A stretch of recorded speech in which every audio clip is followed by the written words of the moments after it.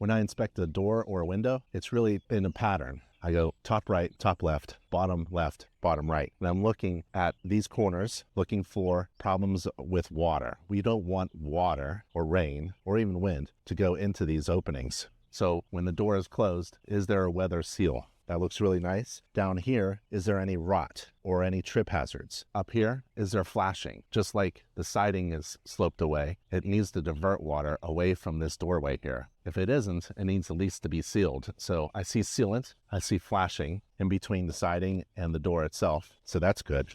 Looks in good shape. The door itself looks good. Here's an electric receptacle. Because it's outside, it has to have a safety feature called a GFCI, ground fault circuit interrupter protection. Fancy word for saying it's not going to hurt you. If you touch water and electricity, don't mix. So to make sure that this is safe, there's a little test button. You push the test button, it pops out, turns the electricity off. You reset it by pushing it back in. To know that the electricity is off, you can plug something in, or I've got a little device like this.